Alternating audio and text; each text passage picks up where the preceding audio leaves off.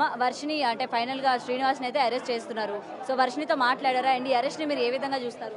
Arrest నేను హ్యాపీగా అంగీకరిస్తున్నానండి. మేము ఇన్ని రోజులు పడిన బాధ పోలీస్ కమిషనర్ వారు, మీడియా మిత్రులు, సౌరుద్ర స్వామి గారు, జోగి అందరూ మా బాధ చూడలేకపోయారండి. నా పిల్లల్ని సేఫ్గా తీసుకురావాలని అందరూ మాకు రక్షణగా నిలిచినందుకు అందరికీ మా హృదయపూర్వక ధన్యవాదాలండి. వర్షినితో ఏమైనా ఫోన్లో మాట్లాడడం కానీ పోలీసులు మీ చేత మాట్లాడించడం కానీ ఏమైనా చేశారమ్మా ఈ గ్యాప్లో? చేయలేదండి. ఫోన్ చేయలేదా? చేయలేదు. ఆమె రెండోసారి నా దగ్గరికి వస్తే తల్లిదండ్రుల బంధము అందరి బంధం తెంపేసేస్తాను, ఎవరితో మాట్లాడను, ఏకంగా నా సొంతం చేసుకుంటాను అని మమ్మల్ని బెదిరిస్తుందండి. అంటే మీతో అసలు మాట్లాడనివ్వదంటండి. ఎవరు శ్రీనివాస్ అన్నాడా? శ్రీనివాస్ అన్నాడండి. శ్రీనివాస్ జైల్లో ఉన్నాడు కదా, వాడికి ఇంకా ఉరిశిక్ష పడాలండి.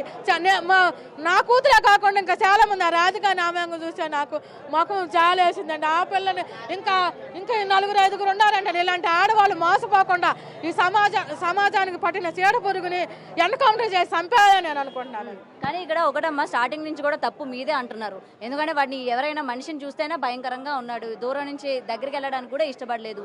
అలాంటి వ్యక్తిని ఇంటికి తీసుకొచ్చి పెట్టుకున్నారు కాబట్టి ఇవాళ మీరు ఇలాంటి లెసన్ నుంచి ఏం నేర్చుకున్నారు? ఇలాంటి వాళ్ళని ఇంటికి తీసుకురావడం ముందు మీద తప్పంటారు. మాతాంగి అని ఒక మాతాంగి వేషంలో వచ్చిందండి. నరరూప రాక్షసుడు అని మేము అనుకోలేదండి. మాతాంగి అని మేము పూజ చేయడం జరిగిందండి. సనాతన ముసుగులో మమ్మల్ని మోసం చేసిన దొంగ అఘోరిని ఉరిశిక్ష పడాలని నేను కోరుకుంటాను. అంటే దొంగ అఘోరండి, అది మాతాంగి వేషంలో వచ్చాడండి.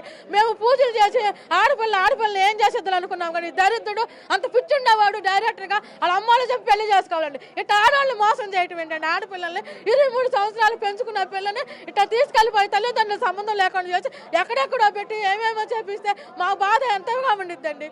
మీరు చెప్పండి అండి. అది అయితే ఆ పిల్లని తీసుకెళ్ళడానికి మీకు 3 కోట్లు ఇచ్చారు, అందుకే మీ అంగీకారంతోనే తను తీసుకుపోయాడు అనేది అంటూ ఉన్నారు. మాకు ఎటువంటి రూపాయలు లేదు, ప్రూఫ్స్ ఉండే చూపిమనండి. మేము ఎటువంటి రూపాయలు మేము ఎరగమండి.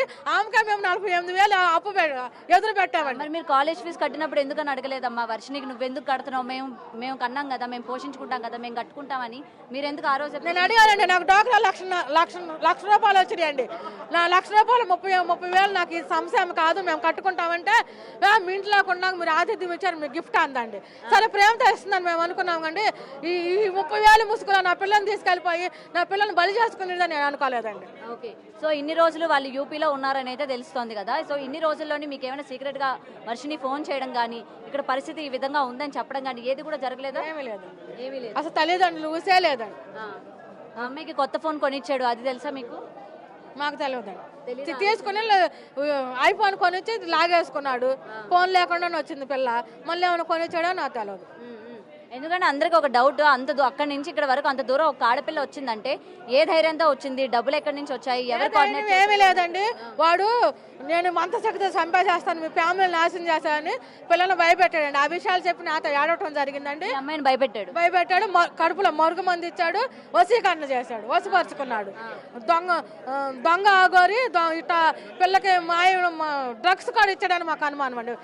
డ్రగ్స్ ఇచ్చిన అన్ని మీ ఇంట్లో ఉన్నప్పుడే జరిగినాయా? బయటకు వచ్చిన తర్వాత జరిగండి. మా ఇంట్లో ఉన్నప్పుడు ఏమి ఇవ్వలేదు? ఏమి లేదు. ఫుడ్ లో కలిపి ఇవ్వడం ఏమి లేదు. వేరు తినేవాళ్ళు, సపరేట్ తినేవాళ్ళు. పాపకు నా ఎగిరే కూర్చొని తినేది. వాడు ఏం తినేవాడు? వాడు చికెన్ బిర్యానీ రప్పించుకున్నాడు. చికెన్ బిర్యానీ తినేవాడు. అప్పుడు కూడా మీకు అనుమానం రాలా?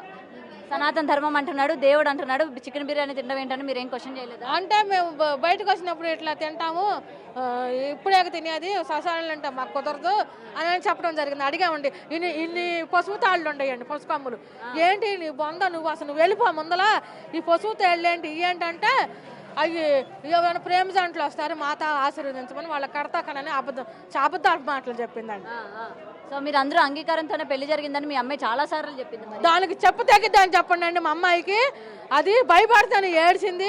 మరుగు మందు ప్రభావంలో వశీపరుచుకుని వశీకరణ చేసి నాకు సపోర్ట్ పలుకు, నా అంతటా నేను మేజర్, నేను వెళ్తానని కాగితం రాసి రమ్మని ఆడియో కాల్ దొరికిందండి మాకు.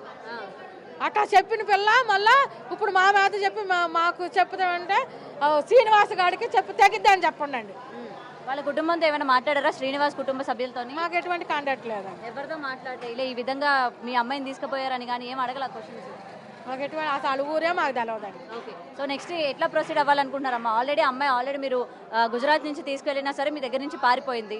మరి ఇప్పుడు కూడా మీరు తీసుకెళ్తే పారిపోదని ఏమైనా నమ్మకం ఉందా? 15 రోజులు పోలీసులు కస్టడీలో పెట్టి కౌన్సిలింగ్ ఇప్పిస్తామండి.